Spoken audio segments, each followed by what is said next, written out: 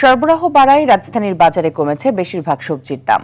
তবে এখনও চড়া দামে বিক্রি হচ্ছে পেঁপে, সেই সঙ্গে আগের বাড়তি দামে বিক্রি হচ্ছে মাছ। রাজধানী কারণ বাজারের সবজি বিক্রেতা জানান, পেঁপে চড়া দামে বিক্রি হচ্ছে, তবে অন্যান্য সবজিতে 5 থেকে 10 টাকা পর্যন্ত কমেছে। দাম আরও কমবে বলে জানায় তারা। বাজারে মানভেদে প্রতি কেজি করলা 50 টাকা, বেগুন 60 থেকে 80 টাকা, বরবটি 60 টাকা, টমেটো 35 থেকে 40 টাকায় বিক্রি হচ্ছে। এদিকে দাম কমেছে কাঁচামরিচের। খুচরা পর্যায়ে মানভেদে প্রতি কেজি কাঁচামরিচ বিক্রি হচ্ছে 60 থেকে 70 টাকায়।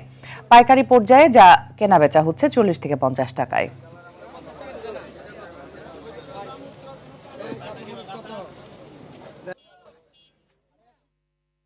দর্শক, এই মুহূর্তে রাজধানী কারণ বাজার থেকে সরাসরি যুক্ত হচ্ছেন সহকর্মী কায়েস রাহাত।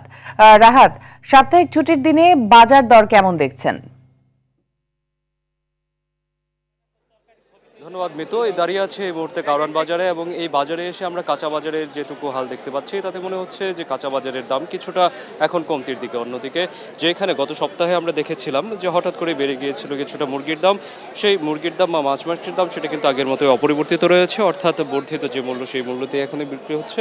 কিন্তু কাঁচা বাজারের ক্ষেত্রে গত সপ্তাহে আমরা যেটি দেখতে পেয়েছিলাম এখানে, সেটি হচ্ছে যে বিভিন্ন শীতকালীন সবজি বা সবজির বিদায়ের সময় যখন গ্রীষ্মকালীন সবজিটার সরবরাহ কিছুটা কম ছিল, তখন সবজির বাজার কিছুটা চড়া ছিল। গত সপ্তাহে আমরা যেটি দেখতে পেয়েছিলাম, তো গত সপ্তাহের তুলনায় এই সপ্তাহে এসে আমরা দেখতে পাচ্ছি যে পেঁপে ছাড়া বাকি যে সবজিগুলো রয়েছে সেগুলোতে প্রায় 20 থেকে 30 টাকা এরকমভাবে কমে গিয়েছে। যেখানে টমেটো বিক্রি হচ্ছিল গত সপ্তাহে 60 টাকার ক্ষেত্রে, সেখানে এখন বিক্রি হচ্ছে 30 টাকা, এবং মান ভেদে কখনো কখনো এর থেকে কম। বা ঢেঁড়সের ক্ষেত্রে যেটা আমরা দেখতে পেয়েছি সেটি হচ্ছে যে আগে যেখানে 40 টাকা বা 50 টাকার মতো বিক্রি হচ্ছিল সেটা এখন 30 টাকায় নেমে এসেছে। অর্থাৎ মোটামুটি কাঁচা বাজারে যে সবজিগুলো ছিল এগুলোর দাম মোটামুটি কিছুটা সহনীয় পর্যায়ে চলে এসেছে এই সপ্তাহের দিকে এসে।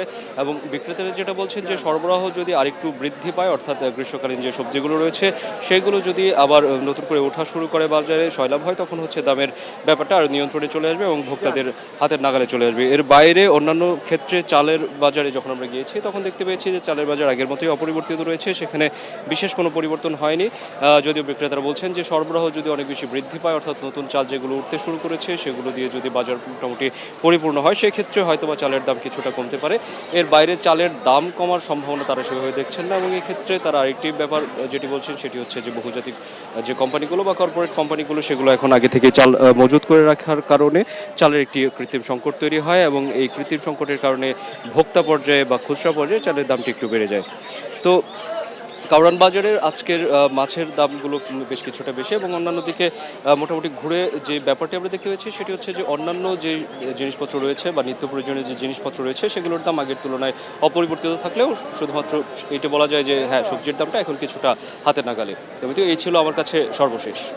ধন্যবাদ আপনাকে। দর্শক, এতক্ষণ কারণ বাজার থেকে জানাচ্ছিলেন সহকর্মী কায়েস রাহাত।